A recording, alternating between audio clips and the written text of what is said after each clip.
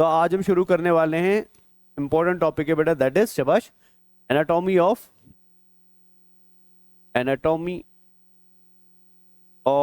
Frog. ठीक है ना बच्चा।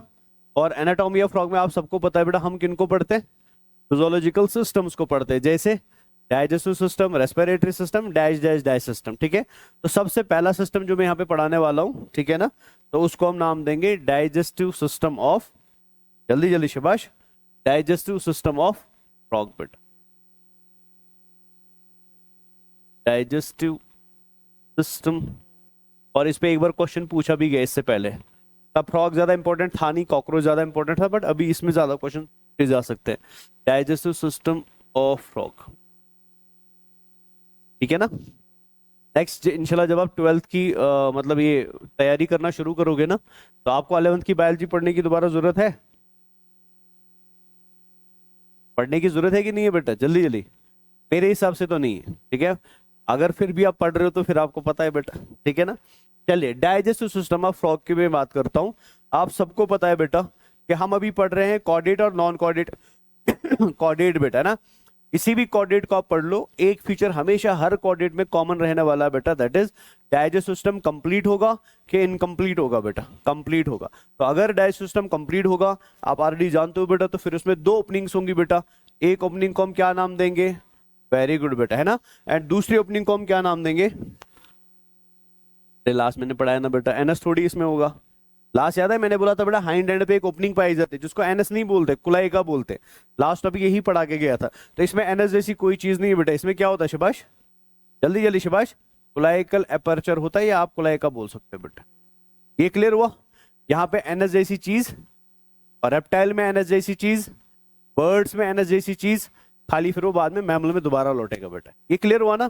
तो सबसे पहले यही याद रखना है कि डाइजेस्टिव सिस्टम जो फ्रॉग्स का होता है या ओवरऑल एम्फीबियंस का होता है, वो कंप्लीट होता है। कंप्लीट का मतलब बेटा उसमें एक साइड में क्या पाया जाता है शाबाश, माउथ, और दूसरे साइड में एनएस नहीं है बेटा, बट एक मॉडिफाइड स्ट्रक्चर है जिसको हम क्या नाम देते हैं, कुलाइकल एपर्चर या कुलाइकल ओपनिंग बोलते हैं। यहां तक तो क्लियर हो गया। अब अगर आप पूरे डाइजेस्टिव सिस्टम ऑफ फ्रॉग को ध्यान से देखोगे ना, आपकी एनसीईआरटी लिखती है कि हम complete digestive system of frog को दो मेजर हिस्सों में बांट सकते हैं बेटा, ठीक है ना। जैसे हम इंसान के डाइजेस्टिव सिस्टम को जब पढ़ाते थे, तो हम इंसान के डाइजेस्टिव सिस्टम को भी दो बड़े हिस्सों में बांटते थे। सेम चीज हम किस पे अप्लाई कर सकते हैं शाबाश, फ्रॉग पे। और वो दो बड़े हिस्से कौन कौन से बेटा, इसमें सबसे पहले आएगा एलिमेंट्री कैनाल बेटा। क्या आएगा, जल्दी जल्दी शाबाश, एलिमेंट्री कैनाल आएगा, समझ आया ना। और दूसरे आएंगे डाइजेस्टिव ग्लैंड्स बेटा। क्या आएंगे, और यही क्वेश्चन आपको नीट में पूछा भी गया था बेटा, डाइजेस्टिव ग्लैंड्स। अरे क्लियर हुआ। तो फ्रॉग की एलिमेंट्री फ्रॉग की डाइजेस्टिव सिस्टम के दो मेजर पार्ट्स है बेटा। क्या क्या, जल्दी जल्दी शाबाश, alimentary canal and digestive glands.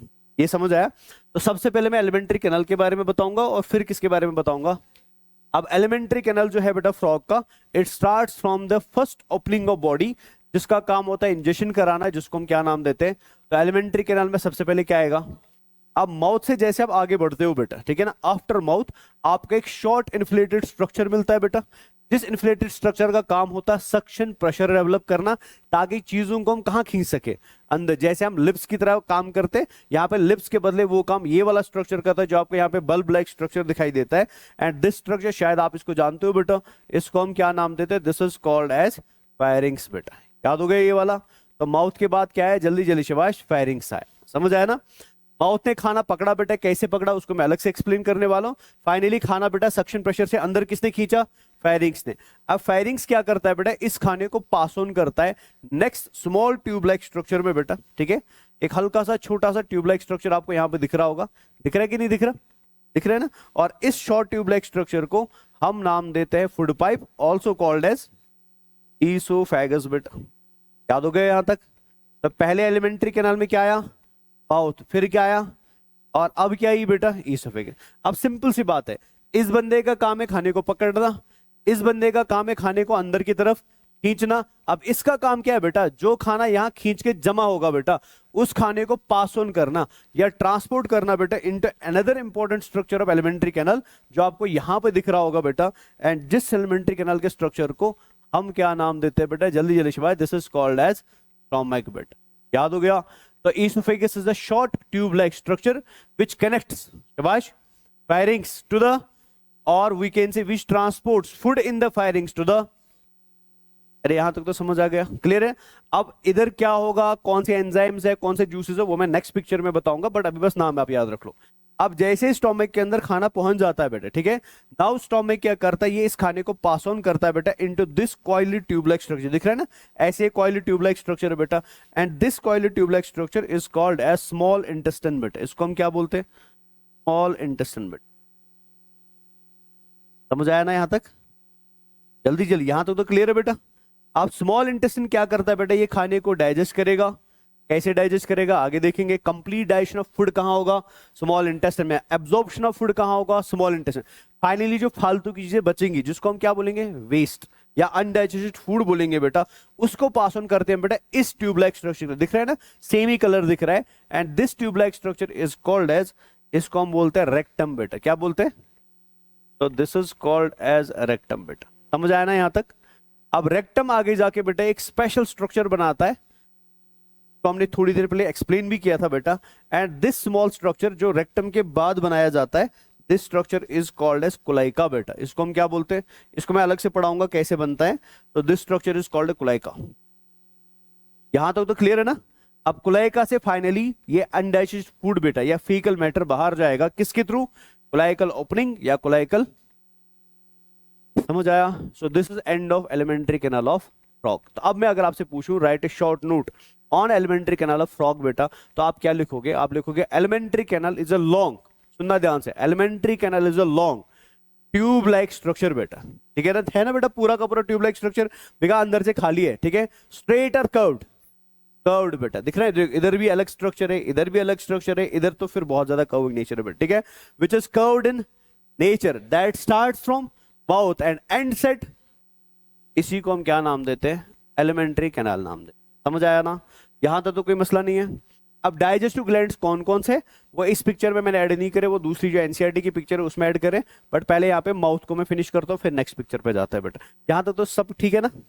अब सबसे पहले अब माउथ की बात करते हैं बेटा। अब माउथ ऑफ फ्रॉग को जब आप देखते हो बेटा, ठीक है ना, इसमें आपको तीन इंपॉर्टेंट चीजें दिखाई देती है, बट इस पिक्चर में खाली दो बताऊंगा, नेक्स्ट पिक्चर में और एक बताऊंगा बेटा, ठीक है ना। क्या दिखता है इसमें बेटा, माउथ के अंदर सबसे पहले आपको दिखाई देती है एक लॉन्ग हाईली फ्लेक्सिबल मस्क्यूलर टंग बेटा, क्या दिखाई देती है, जल्दी जल्दी शिवाय, लॉन्ग हाईली फ्लेक्सिबल, जल्दी जल्दी शिवाय, हाईली फ्लेक्सिबल, शाबाश, मस्क्यूलर टंग दिखाई देते। ये क्लियर है ना बेटा, ठीक है। अब जरा नजर रखो ध्यान से, यहां पे आप फ्रॉग दिख रहा है, दिख रहा है भाई फ्रॉग, और यहां पे क्या दिख रहा है बेटा, इसका शिकार दिख रहा है। तो आप ध्यान से देख सकते हो कि फ्रॉग की टंग कितनी लंबी है बेटा, लेकिन नॉर्मली हमको ये टंग इतनी लंबी दिखाई, रीजन क्या है बेटा, बिकॉज फ्रॉग अपने मुंह के अंदर इस टंग को बेटा कैसे रखता है, रोल करके रखता है बेटा। ये मान के चलो टंग ऐसी है, मान लीजिए मेरा शिकार है, तो ऐसे फेंका जाता है, इसमें इसको अनरोल किया जाता है बेटा।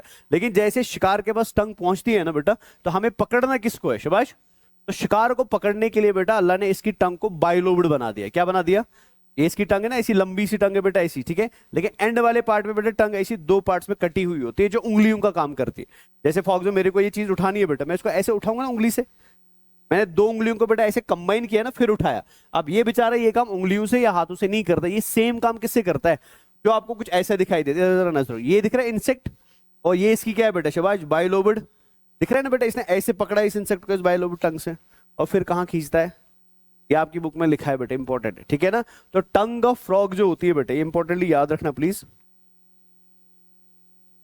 जो टंग ऑफ फ्रॉग होती है बेटा, इसको मैं इधर ले आता हूं, ठीक है ना, ये कैसी होती है, शाबाश, जल्दी जल्दी, बाय लोब्ड टंग होती है, और किसके लिए यूज की जाती है, कैप्चरिंग ऑफ प्रे के लिए यूज की।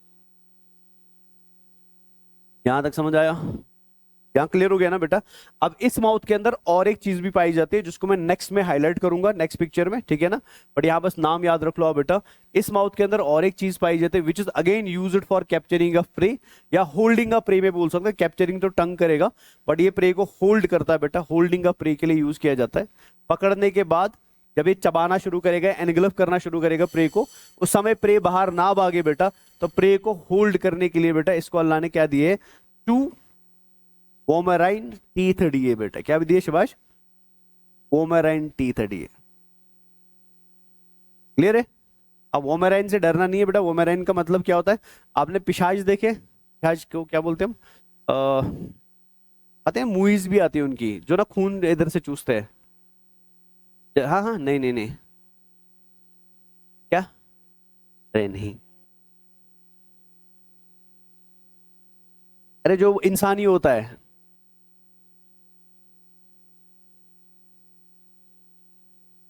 पिशाच। अरे मूवीज भी बनती है ना उनपे, वो फिर इंसान का खून चूसते हैं, बहुत फास्ट दौड़ते हैं। हाँ, वैम्पायर्स बेटा, है ना? वैम्पायर के ये वाले दांत लंबे होते हैं ना। इधर देखो बेटा, वैम्पायर के कैनाइन्स वाले दांत क्या होते हैं? लंबे होते हैं। इन लंबे दांतों को हम क्या बोलते हैं? वोमेराइन टीथ बोलते हैं। वोमेराइन का मतलब क्या होता है? कैनाइन जो आगे कैसे हो बेटा? शार्प हो और पॉइंटेड हो बेटा। तो शार्प पॉइंटेड टीथ को हम क्या नाम देते हैं? वोमेराइन टीथ नाम। और इसके पास कितने वोमेराइन टीथ से?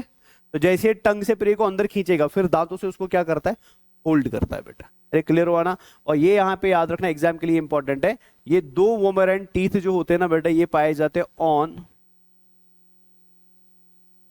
अपर। ये नीट के लिए इंपॉर्टेंट है। वोमेराइन टीथ ऑफ फ्रॉग जो होते हैं बेटा, वो कहां पाए जाते हैं? समझ आया ना? और ये भी इंपॉर्टेंट, टंग कैप्चर करती है और टीथ होल्ड करते हैं बेटा। तो आई होप माउथ हमारा पूरा का पूरा क्लियर हो गया। एक चीज और इसमें, वो आगे बताएंगे रेस्पिरेटरी सिस्टम में। यहां तक तो समझ आ गया? आगे चले।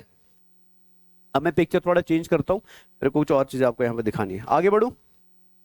अब इस पिक्चर को जरा ध्यान से देखो बेटा, ठीक है ना? ये इंपॉर्टेंट पिक्चर है, इसको बना भी देना कहीं पे। तो मैंने अभी अभी आपको बोला कि हम पढ़ रहे फ्रॉग को बेटा, तो फ्रॉग में सबसे पहले इधर क्या आएगा? आप लेवल अभी खुद ही करना। इधर क्या आएगा? माउथ आएगा। क्लियर? माउथ की नजर रखना ध्यान से बेटा। माउथ के बाद ये जो मैंने अलग कलर से यहाँ पे पार्ट ऐड किया है ना, इसको हम नाम देते हैं ओरल कैविटी। जल्दी जल्दी, और समझे? इसको लेवल अभी करेंगे बेटा। तो this part is called as mouth, जो ओपनिंग है बेटा। ओपनिंग के बाद एक बड़ा सा मुंह आता है बेटा, जिस मुंह को अंदर से हॉलो नेचर है, और उस हॉलो पार्ट को हम क्या बोलते हैं? ओरल कैविटी आर। यहां तो क्लियर है ना? अब जैसे ये माउथ से किसी चीज को खाएगा बेटा, तो होल्ड करने के लिए सफेद दो चीजें यूज की जाती है, जिनको मैंने अभी हाईलाइट कर दिया। और ये दो सफेद चीजें क्या बेटा? शिवाय दे आर, जल्दी जल्दी, वोमेराइन टीथ। यहां तक तो मसला नहीं है ना बेटा? अब वोमेराइन टीथ बेटा जैसे चीजों को होल्ड करते हैं, फिर अंदर खींचने का काम बेटा इस स्ट्रक्चर का, जो आपको इधर दिखाई दे रहा है, इसको इधर ले आता है। तो ये जो आपको यहाँ पे स्ट्रक्चर दिख रहा है, जो अंदर खींचेगा चीजों को, जो सक्शन प्रेशर डेवलप करेगा, इसको हम क्या नाम देते हैं? क्लियर ना बच्चा? ठीक है। अब फायरिंग्स के अंदर जब खाना आएगा, फायरिंग्स इस खाने को भेजेगा आगे बेटा through this small tube like structure बेटा, और इसको हम क्या नाम देते हैं? समझ आया? अब यहां पे नजर रखो ध्यान से। अब ईसोफेगस फाइनली इस खाने को भेजेगा बेटा इनटू दिस स्ट्रक्चर, जो आपको यहां पे दिख रहा है बेटा, और इस स्ट्रक्चर को हम क्या नाम देते हैं? स्टोमक। पहले मैं इधर तक लेवल करता हूं, इधर कुछ इंपॉर्टेंट बातें बतानी है, ठीक है? अब इसका तो हमने ऑलरेडी फिनिश कर ही दिया। यहां पे सीधे लिख देते हैं, ये हमारा क्या है? शाबाश, ये माउथ है बेटा, ठीक है ना? ये क्या है? ये है बक्कल कैविटी बेटा, है ना बच्चा? और बक्कल कैविटी के अंदर क्या पाए जाते हैं? अपर जॉ में फर्स्ट वोमेराइन टीथ पाए जाते हैं। क्लियर है? और यहां क्या मिलता है? फायरिंग्स बेटा, ठीक है? और यहां क्या मिलती है बेटा? शॉर्ट ईसोफेगस बेटा।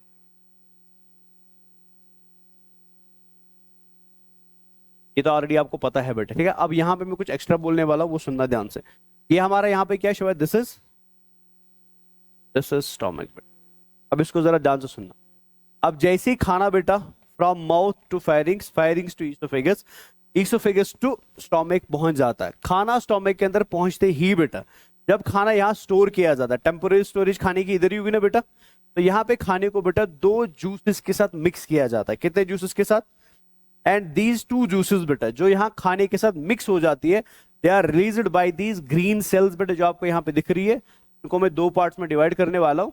ये ग्रीन सेल जो होती है बेटा, ये दो टाइप्स की होती है। एक ग्रीन सेल को, ये एनसीईआरटी में नहीं लिखा है बट समझने के लिए इंपॉर्टेंट है, एक ग्रीन सेल को हम नाम देते हैं ऑक्जेंटिक सेल बेटा। क्या नाम देते हैं? शायद आपने कभी ये सुना भी होगा इस सेल का नाम, ठीक है ना? एंड दूसरी सेल को हम बोलते हैं गैस्ट्रिक सेल बेटा। क्या बोलते हैं? गैस्ट्रिक सेल बोलते हैं। ये क्लियर हुआ? अब अगर आप ऑक्जेंटिक सेल की ध्यान से ध्यान से बेटा थ्योरेटिकल पार्ट याद रखना चाहते हो तो ऑक्जेंटिक सेल के बारे में आपको याद रखना, ये वो सेल्स है बेटा जो हमारी बॉडी में, मतलब इंसानों की बॉडी में, बर्ड्स की बॉडी में, रेप्टाइल्स की बॉडी में and as well as amphibia की बॉडी में बेटा रिलीज करते एक स्पेशल मॉलिक्यूल को, जिसको हम क्या नाम देते हैं, HCl नाम देते हैं, हाइड्रोक्लोरिक एसिड नाम देते हैं। ये तो पढ़ा है ना शायद 10th क्लास में आपने। अब हाइड्रोक्लोरिक एसिड रिलीज क्यों किया जाता है? बिकॉज यहाँ गैस्ट्रिक सेल्स है ना बेटा, गैस्ट्रिक सेल्स रिलीज करती है बेटा एक जूस को, जिस जूस को हम क्या बोलते हैं शाबाश, गैस्ट्रिक जूस बोलते हैं बेटा। क्या बोलते हैं? और आप सबको पता है बेटा गैस्ट्रिक जूस के अंदर पाए जाते हैं प्रोटीन डाइजेस्टिंग, जल्दी जल्दी, protein digesting enzymes. 10th class में पढ़ा है बेटा, कौन कौन सा, पेप्सिन एंड रेनिन। लेकिन वो नॉर्मली एक्टिव फॉर्म में, दे आर प्रेजेंट इन जिन फॉर्म बेटा, पेप्सिनोजिन एंड प्रोरेनिन। अब उनको एक्टिवेट करने के लिए हमें क्या चाहिए बेटा, समझ रहे हो ना? तो पहली बार दुनिया के अंदर बेटा, एनिमल वर्ल्ड के अंदर क्या हुआ कि स्टोमक के अंदर फूड की डाइजेशन के लिए अलग से सेल्स बनाई गई बेटा, जिसमें से एक सेल HCl रिलीज करती है। और इस HCl का काम क्या होता है बेटा, अगर मैं इसको शॉर्टकट में ऐसे लिख दूं, इस HCl का काम होता है क्या, जल्दी जल्दी, एक्टिवेशन ऑफ गैस्ट्रिक जूस बेटा। मैं ऐसे लिख देता हूं, एक्टिवेशन ऑफ, शाबाश, गैस्ट्रिक जूस। और एक्टिवेशन किसका, प्रोरेनिन का एंड पेप्सिनोजिन का। यहां तक तो कोई मसला नहीं है ना। अब जब ये एंजाइम्स एक्टिवेट हो जाएंगे बेटा, किसके अंदर, शाबाश, गैस्ट्रिक जूस के अंदर बेटा, जो कहां पे है, स्टोमक पे। और अभी अभी स्टोमक के अंदर ऊपर से क्या आया, फूड है। ऑफ कोर्स बेटा अगर ये एनिमल खा रहा है, बिकॉज ऑल एम्फीबिया आज कार्निवर्स बेटा, ये कभी भी घास फूस नहीं खाते, ये इंसेक्ट्स को खाते हैं। और सबको पता है इंसेक्ट के अंदर प्रोटीन की मात्रा ज्यादा होती है कि कम होती है बेटा, ज्यादा होती है। सो दैट मीन्स इनकी बॉडी में प्रोटीन डाइजेशन ज्यादा होगा कि कम होगा। लेकिन वो डाइजेशन शुरू कहां हो रही है बेटा, समझ रहे क्या बता रहा हूं मैं? तो मैं ऐसा बता सकता हूं ना, in case of digestive system of frog, the digestion of food has started बेटा in by the help of HCl and gastric juice. Clear हुआ? लेकिन मैं एक सिंपल क्वेश्चन करूंगा आपसे, मुझे बता यहां पे 100% फूड का डाइजेशन हुआ कि नहीं? 100% डाइजेशन हुआ? नहीं हुआ बेटा, बिकॉज फूड में कार्बोहाइड्रेट भी है, फूड में फैट भी है, फूड में DNA भी है, फूड में RNA भी, वो तो डाइजेस्ट नहीं हुए ना। उसमें से खाली कौन डाइजेस्ट हो रहा है? ये अनडाइजेस्टेड फूड है कि डाइजेस्टेड फूड है बेटा? समझ आया ना? ना ये अनडाइजेस्टेड है ना ये डाइजेस्टेड, मैं बोलूं ये सेमी डाइजेस्टेड और पार्शियली डाइजेस्टेड फूड। नहीं समझ आया? अब इस सेमी डाइजेस्टेड और पार्शियली डाइजेस्टेड फूड को बेटा, जो कहां बना, जल्दी, स्टोमक के अंदर बना बेटा, इसको आपके एनसीईआरटी ने लिखा है, this is called as chyme बेटा। इसको हम क्या बोलते हैं? तो एग्जाम में आपसे एक क्वेश्चन पूछा जा सकता है, ठीक है ना, कि फ्रॉग के अंदर काइम का फॉर्मेशन कहां होता है? तो आंसर क्या आएगा बेटा, स्टोमक। और किसकी वजह से होता है? एक्टिवेटेड गैस्ट्रिक जूस की वजह से, जिसको कौन एक्टिवेट करता है? HCl करता है। खत्म, समझ आया ना? या ये भी पूछा जा सकता है कि काइम कैसा फूड है बेटा, डाइजेस्टेड, अनडाइजेस्टेड, सेमी डाइजेस्टेड और ऑल ऑफ द अबव या नन ऑफ द अबव? तो क्या आएगा? ये क्लियर हुआ? और सेमी डाइजेस्ट में माना जाए, मान लो पूछा गया कि कौन सा डाइजेस्टेड पार्ट है बेटा, तो आंसर क्या आएगा? प्रोटीन डाइजेस्टेड पार्ट है। ये क्लियर हुआ? तो ये सारा काम किसका है? जल्दी जल्दी शाबाश, ये सारा काम स्टोमक का है बेटा। यहां तक तो कोई मसला नहीं है। अच्छा, मैंने अभी फ्लो में एक इंपॉर्टेंट पॉइंट बताया, वो आप याद रखोगे। ये नेचर में क्या होते हैं शाबाश? कार्नी, जल्दी जल्दी शाबाश, कार्निवोर्स होते हैं बेटा। अरे क्लियर है? और आप सबको पता है बेटा, गाय का स्टोमक बड़ा होता है कि शेर का स्टोमक बड़ा होता है? गाय का बेटा। बकरी का स्टोमक बड़ा होता है कि हमारा स्टोमक बड़ा होता है? रीजन क्या है बेटा? बिकॉज उनके अंदर डाइजेशन जो फूड होता है ना, वो घास का होता है, घास के अंदर सेलुलोज होता है, और सेलुलोज को डाइजेस्ट करने के लिए बेटा हमें स्टोमक को फ्रेगमेंट करने पड़ते हैं, यानी स्टोमक के अलग अलग पार्ट्स होते हैं। इसकी वजह से उनका ओवरऑल डाइजेस्टिव सिस्टम बेटा एक कार्निवर के कंपैरिजन में छोटा होगा कि बड़ा होगा? बड़ा होगा। समझ आया ना? लेकिन दुनिया का जो भी कार्निवर होगा बेटा, चाहे शेर है या चाहे मेंढक है बेटा, इनका डाइजेस्टिव सिस्टम कैसा होता है? जल्दी जल्दी शाबाश, शॉर्ट डाइजेस्टिव, अरे याद रहेगा नहीं, सिस्टम होता है। रीजन मैंने बताया, बिकॉज दे आर कार्निवोर्स। चलिए यहां तक तो क्लियर हो गया, मैं वापस आता हूं। यहां तक तो कोई मसला नहीं है ना? अब आगे बढ़ते बेटा, इसको जरा ध्यान सुनना, यहाँ पे ग्लैंड्स आने वाले हैं अभी। अब ये काइम जब बेटा स्टोमक के अंदर बनेगा, जो एक सेमी डाइजेस्टेड फूड है बेटा, अब ये काइम को रिलीज किया जाता from stomach into this yellow coloured structure बेटा। और इस येलो कलर्ड स्ट्रक्चर को हम क्या नाम देते हैं? जल्दी जल्दी शाबाश, स्मॉल। अब यहाँ पे दो बातें याद रखनी है। This small intestine is divided into 2 parts बेटा। ये इसका पार्ट नंबर 1 हुआ, और ये पूरा का पूरा कॉइलेड पार्ट नंबर 2 हुआ बेटा। ये जो पार्ट नंबर 1 है ना बेटा, this part number 1 of stomach is called as duodenum बेटा। ये नाम आपने सुने होंगे कभी ना कभी, है ना? इसको हम ड्यूडेनम बोलते हैं। क्या बोलते हैं? तो बता फटाफट से, काइम बेटा स्टोमक से निकल के सबसे पहले किस में आएगा? वेरी गुड बेटा, समझ आया ना। फिर ड्यूडेनम से आगे बढ़ेगा और स्क्वाइलेट स्ट्रक्चर में जाएगा और इसको हम बेटा इलियम बोलते हैं। क्या बोलते हैं? याद रहेगा? जल्दी जल्दी याद रहेगा। लेकिन हम में इलियम के अलावा और एक भी होता है जजनम, जो इसमें नहीं है बेटा, इसमें खाली ड्यूडेनम एंड इलियम है बेटा। ये क्लियर हुआ? अब क्यों हमने खाने को मतलब काइम को स्टोमक से निकाल के बेटा पहले ड्यूडेनम में ही डाला? इसका एक रीजन है बेटा। रीजन क्या है वो जरा इधर सुनो आप ध्यान से, इस पे नजर रखो ध्यान से बेटा। ये ड्यूडेनम है बच्चा, तो ड्यूडेनम के अंदर जो खाना आया है बेटा वो क्या है? जल्दी जल्दी, वो क्या है बेटा? काइम है, जिसमें बेटा प्रोटीन भी है, कार्बोहाइड्रेट भी है और फैट भी है। डाइजेशन किसकी हुई है? प्रोटीन के। अभी अनडाइजेस्टेड कौन है? कार्बोहाइड्रेट है एंड, है ना बच्चा। तो हम चाहते हैं कि भाई जब ये खाना आगे बढ़े और इलियम में पहुंचने से पहले, बिकॉज इलियम के अंदर अब क्या होगी? एब्जॉर्प्शन। वहां पहुंचने से पहले बेटा हम चाहते हैं कि पूरे के पूरे खाने की क्या हो जाए? मतलब कंप्लीट। और वो पूरा खाने का डाइजेशन का मतलब क्या हुआ? कार्बोहाइड्रेट भी डाइजेस्ट हो। और अब इसको डाइजेस्ट करने के लिए बेटा ड्यूडेनम को मदद करते हैं दो स्पेशल ग्लैंड्स। क्या? One is called as liver and another is called as pancreas बेटा। क्लियर हुआ? तो पिक्चर की तरफ जरा नजर रखो ध्यान से। आपको ऊपर दिख रहा है एक ब्राउन कलर में कुछ स्ट्रक्चर बना हुआ है, मैं इसको एक बार हाईलाइट कर देता हूं। ये दिख रहा है, ये पूरा स्ट्रक्चर बेटा दिख रहा है ना इधर से। ये बीच वाला लोब हुआ और ये फर्स्ट लोब हुआ बेटा, दिख रहा है ऐसे। ये पीछे से होगा बेटा, बैक साइड से। तो इस पूरे ब्राउन कलर स्ट्रक्चर को जो आपको इधर दिख रहा है बैकग्राउंड में बेटा, इस पूरे स्ट्रक्चर को हम नाम देते हैं लिवर बेटा। क्या नाम देते हैं? कहीं हाईलाइट करते हैं, इधर ले आता हूं, ठीक है ना। तो पहला डाइजेस्टिव ग्लैंड जो आपने यहां पे पढ़ा वो क्या है बेटा? जल्दी, दिस इज क्लियर हुआ? जल्दी जल्दी शिवा, क्लियर हुआ ना बेटा? आप सबको पता है, बचपन में सुनाई होगा बेटा या 10th में भी पढ़ा होगा। लिवर एक स्पेशल सिक्रीशन या स्पेशल डाइजेस्टिव फ्लूइड को रिलीज करता है बेटा, जिसको हम क्या नाम देते हैं? जल्दी जल्दी शिवाश, बाइल नाम देते हैं ना। और सबको ये भी पता है बेटा कि जब बाइल खाने के कांटेक्ट में आता है, खाना मतलब फूड के कांटेक्ट में आता है, वो प्रोटीन के साथ कोई छिड़खानी नहीं करता, कार्बोहाइड्रेट के साथ कोई छिड़खानी, उसका टारगेट खाली क्या होता है? और ये कराता फैट्स का ब्रेकडाउन, जिसको हम बोलते हैं इमल्सिफिकेशन। जल्दी जल्दी, इमल्सिफिकेशन ऑफ फैट्स। अरे याद रहेगा? तो आपको एग्जामिनर एक क्वेश्चन पूछ सकता है बेटा कि फ्रॉग के डाइजेस्टिव ट्रैक्ट के अंदर इमल्सिफिकेशन ऑफ फैट कहां होती है? तो आंसर क्या आएगा बेटा? ड्यूडेनम। किसकी वजह से होती है? लिवर की वजह। लिवर में किसकी वजह से? बस खत्म हो गया बेटा, समझ आया? तो हमने फैट को डाइजेस्ट किया कि नहीं किया बेटा? जल्दी, किया कि नहीं किया? मैंने पहले क्रॉस किया था, अब इधर टिक करते हैं बेटा, समझ आया? अब emulsification and digestion of fat में एक छोटी सी डिफरेंस है। अगर आप उसको सुनना चाहते हो तो मैं बताऊंगा, नहीं सुनना चाहते फिर मैं सीधे नेक्स्ट पे आता हूं। तो हो गई कि आगे बढ़े, नजर रखो ध्यान से बेटा, वैसे मैं फिर भी बोल ही देता, ठीक है। इधर नजर रखो, ये मान के चलो एक बड़ा सा फैट मैंने आपको पढ़ाया ना। फैट क्या होता है बेटा? ट्राई एसाइल ग्लिसरॉल होता है, याद है सबको? इमेजिन करो एक बड़ा सा फैट ग्लोब्यूल है या बड़ा सा फैट मॉलिक्यूल है बेटा।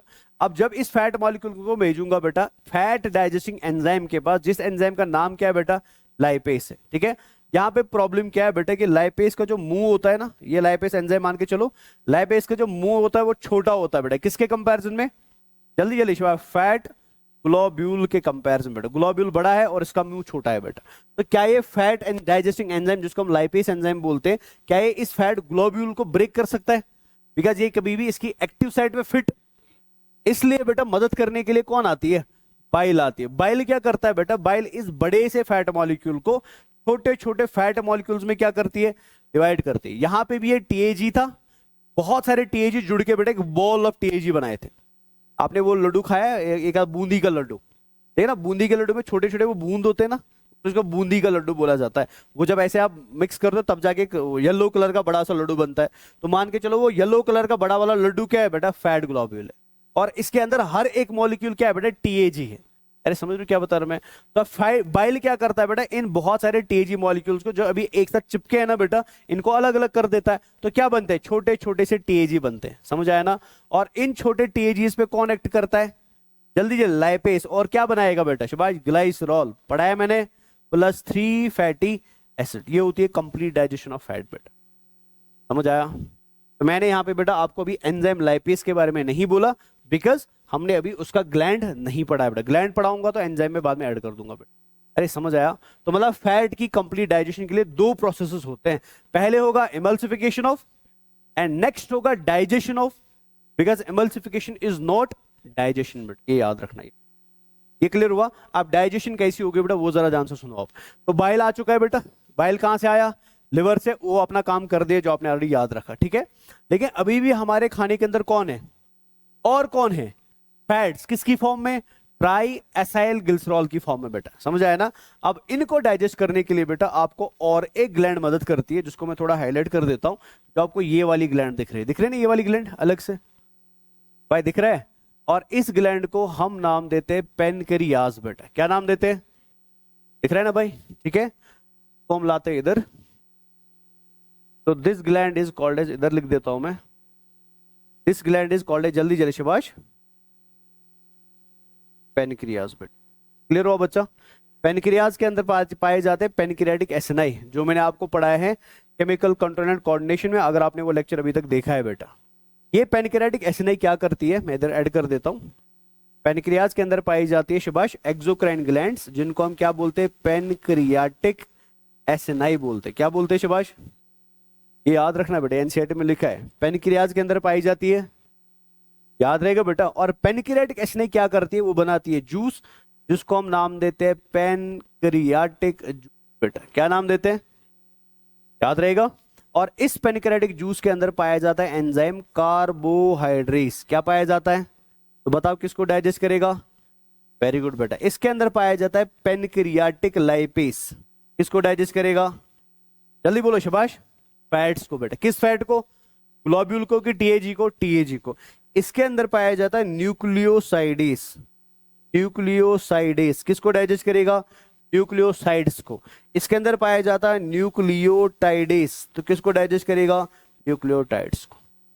अरे समझ आया? तो पेनक्रियाटिक जूस के पास अल्लाह ने वो सब कुछ दिया है बेटा, जो किसको डाइजेस्ट कराएगा? शाबाश। प्रोटीन्स को भी, कार्बोहाइड्रेट्स को भी, फैट्स को भी, और न्यूक्लिक एसिड्स को। समझ आया?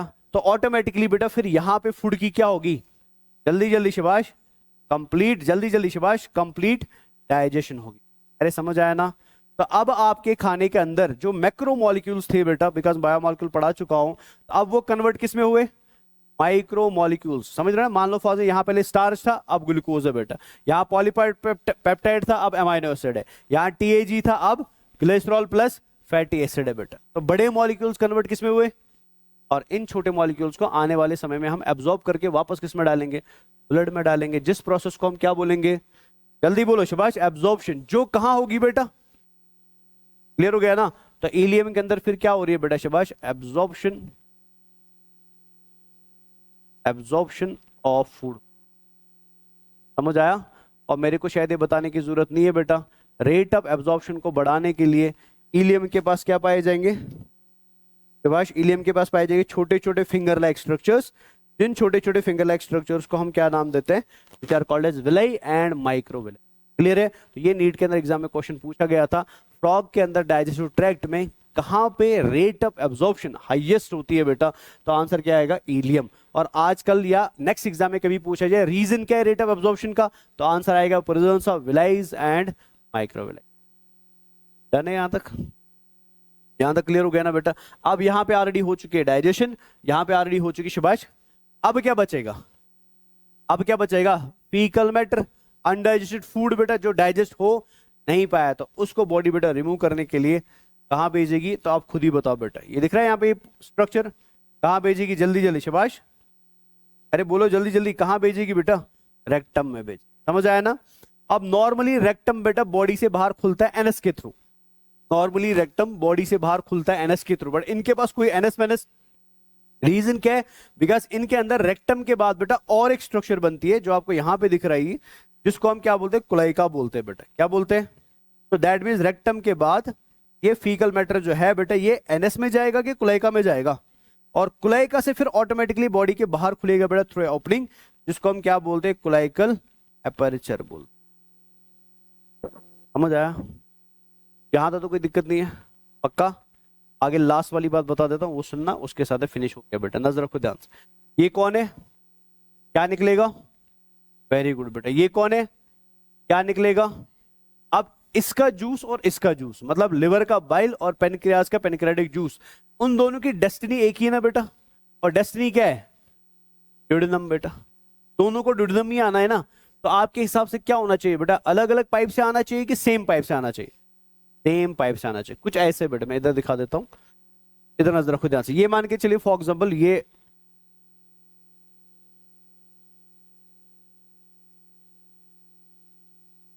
ये फ्रॉग का लिवर है बेटा, ठीक है ना।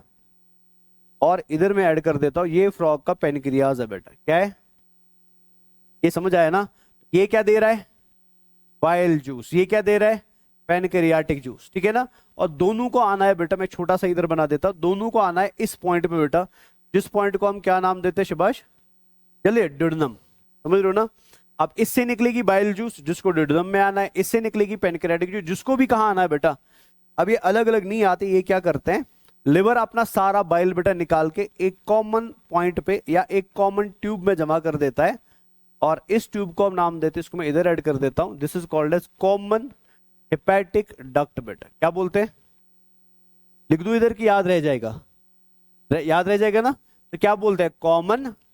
अब कॉमन क्यों बोलते हैं? बिकॉज ये है राइट लोब ऑफ लिवर, ये है लेफ्ट लोब ऑफ लिवर, दोनों बाइली बनाएंगे, दोनों के अलग अलग डक्ट्स होते हैं, right hepatic duct and left hepatic duct, दोनों मिक्स होके क्या बनता है बेटा? Common hepatic duct. समझ आया। अब कॉमन हेपेटिक डक्ट जब नीचे आ रहा होता है बेटा, इसको प्लीज जरा ध्यान से सुनना, नीचे आ रहा होता है, इसकी मुलाकात बेटा साइड में और एक डक्ट के साथ होती है जो इस स्ट्रक्चर से बाहर निकल के आया बेटा। और इस स्ट्रक्चर को हम नाम देते हैं गॉल ब्लैडर। क्या नाम देते हैं? This is called as gall bladder. कोशिरपेट तिलपियोत बोलते हैं इसको बेटा, याद है ना बेटा। अब गॉल ब्लैडर का काम क्या है, जरा ध्यान से सुनो। लिवर पूरी जिंदगी, सुनना ध्यान से बेटा, लिवर पूरी जिंदगी, पूरे दिन, पूरे मिनट, पूरे सेकंड में बेटा क्या बना रहा होता है? लेकिन हमारे पेट को हर समय बाइल, जैसे आप सुबह से भूखे हो बेटा, आपने सुबह से कुछ नहीं खाया, आपकी बॉडी में फैट गया नहीं बेटा, तो क्या आपके स्टोमक या आपके स्मॉल इंटेस्टाइन में बाइल इस समय रिलीज होना चाहिए? बिकॉज बाइल की इंपॉर्टेंस तब है जब बॉडी में क्या आएगा? फैट आएगा। लेकिन लिवर बेवकूफ है बेटा, ये हमेशा क्या बनाता रहता है? अब बिकॉज ये हमेशा बाइल बना रहा है, ड्यूडेनम में हमको हमेशा बाइल चाहिए नहीं बेटा, इसलिए हम बाइल को कहां भेजते हैं? टेम्पोरली स्टोर करने के लिए भेजते हैं गॉल ब्लैडर में बेटा। अरे समझ आया। लेकिन जैसे ड्यूडेनम नीचे से आवाज लगाएगा कि भाई मेरे को क्या चाहिए, और ये कॉन्ट्रैक्ट करके बेटा बाइल को रिलीज करेगा, और बाइल अब आना किसकी तरफ शुरू करेगा? जल्दी जल्दी शाबाश। थ्रू ए डक्ट बेटा, मैं कलर चेंज करता था डक्ट का, थ्रू ए डक्ट। और इस डक्ट को जो यहां बना है ना बेटा, किसकी वजह से? शाबाश, गॉल ब्लैडर के डक्ट की वजह से और कॉमन हेपेटिक डक्ट के जुड़ने की वजह। अलग अलग है ना बेटा, ये है कॉमन हेपेटिक डक्ट, ये है गॉल ब्लैडर का सिस्टिक डक्ट, दोनों जुड़ के अब एक नया डक्ट बना रहे हैं ना। और इस डक्ट को हम बोलते हैं कॉमन बाइल डक्ट बेटा। क्या बोलते हैं? समझ आया। अब कॉमन बाइल डक्ट को जाना कहां है? चलिए कहां जाना है? लेकिन ड्यूडेनम में जाते समय बेटा इसकी मुलाकात इधर से बेटा इस डक्ट के साथ हुई, जो कहां से आ रहा है? इसको हम पेनक्रियाटिक डक्ट बोलते हैं बेटा। क्या बोलते हैं? अब पेनक्रियाटिक डक्ट किससे जुड़ा? और एक नया डक्ट फॉर्म हुआ जो ड्यूडेनम में घुस गया बेटा, और इस डक्ट को हम बोलते हैं कॉमन, कहां लिखूं बेटा? तो इसको मैं इधर लिख देता हूं, ठीक है ना। So this duct is called as common hepatopancreatic duct बेटा। क्या बोलते हैं? कॉमन हेपेटो पेनक्रियाटिक डक्ट, जो मैंने यहाँ पे शॉर्ट में ग्रीन कलर में कहीं पे ऐड या पिंक कलर यहाँ पे इधर ऐड कर दिया बेटा। तो मैं इधर लाता हूँ, ये जो यहाँ पे आपको डक्ट दिख रहा है ना बेटा, ये कौन सा है शाबाश? This is common hepatopancreatic duct. बस ये लास्ट बात थी जो आपको बतानी जरूर। तो इसके साथ खत्म हुआ फ्रॉग का डाइजेस्टिव सिस्टम। टफ है कि इजी है? इजी है बेटा, याद हो गया। तो रिपीट करें कि घर पे करोगे, बिकॉज टाइम ज्यादा है नहीं।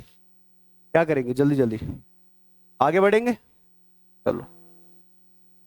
तो ये आपकी एनसीईआरटी की डायग्राम है जो एनसीईआरटी में दी है बेटा, ठीक है। तो आई होप आप ये उसको लेवल कर सकते हो बेटा। ये फटाफट से लेवल करिए, ये लेवल करिए, इधर इसको लेवल करिए, इसको लेवल इधर करिए, ठीक है। इसको इधर लेवल करो और इसको इधर लेवल करो। बस अभी खाली डाइजेस्टिव सिस्टम को लेवल करा, बाकी पे फोकस मत करो। बाकी जो पढ़ेंगे तब आपको ऑटोमेटिक समझ आएगा बाकी चीजें क्या है। तो फटाफट से बताओ ये क्या है? जल्दी जल्दी शाबाश।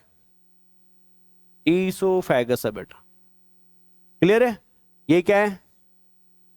ये है स्टोमक। नेक्स्ट, जल्दी जल्दी शाबाश। ये है ड्यूडेनम बेटा, ठीक है ना। आगे ये है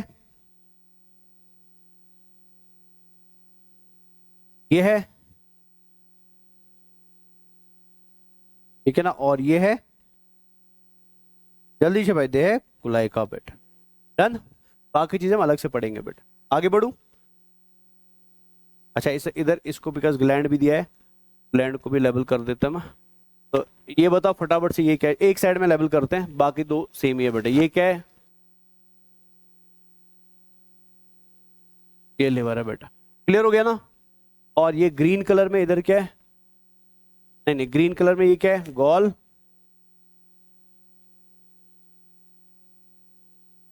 ये गॉल ब्लैडर है बेटा, ठीक है ना। बाकी लंग्स वंग्स हम बाद में दे, पेन के लिए जहां शो नहीं किया गया। आगे बढ़ू, बढ़े आगे।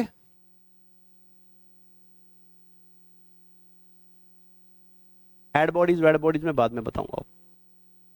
आगे चले, अभी बस डाइजेस्टिव पे फोकस करना है, बाकी नहीं देखना कुछ भी। बाकी जब पढ़ेंगे वो पूरा डायग्राम फिर एंड पे कंप्लीट हो। हटा दो इसको। तो अब यहाँ पे आप फटाफट से खुद ही बता देना, मैं इस पे ज्यादा टाइम नहीं लूंगा। डिवाइडेड इनटू टू पार्ट्स, क्या क्या? एलिमेंट्री कैनाल, है ना बच्चा? तो एलिमेंट्री कैनाल में क्या आएगा? माउथ आएगा, जल्दी जल्दी शिवाश। फेरिंग्स आएगा, ईसोफेगस आएगा, स्टोमक आएगा, स्मॉल इंटेस्टाइन आएगा, और रेक्टम आएगा, और इधर ऐड कर दे, ठीक है ना। यहां आया माउथ, फेरिंग्स, ईसोफेगस, ठीक है, स्टोमक, स्मॉल इंटेस्टाइन,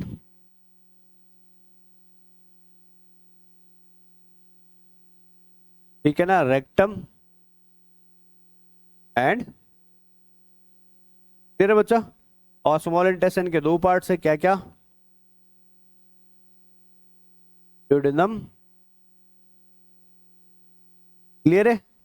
पहले, और यहां पे हम क्या लिखेंगे? जल्दी जल्दी शिवाश। डाइजेस्टिव, डाइजेस्टिव ग्लैंड्स पे। और डाइजेस्टिव ग्लैंड में क्या क्या आएगा? बाय लिवर आएगा, पैनक्रियाज आएगा, बाय ऑक्जेंटिक सेल्स आएंगी, एंड गैस्ट्रिक सेल्स आएंगे। Liver, pancreas, oxyntic cells and gastric. I hope digestive में भी कंप्लीट हो गया बेटा। आगे बढ़े, हटा दो इसको, पढ़ लो फटाफट से जल्दी जल्दी।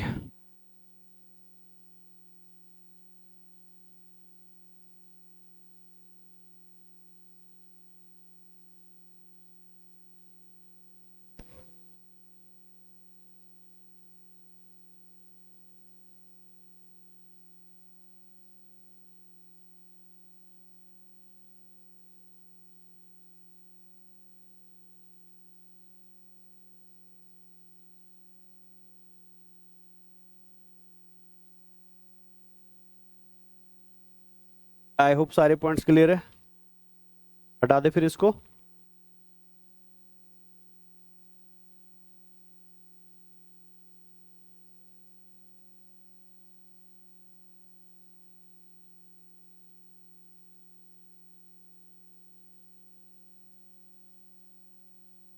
हटा दूं।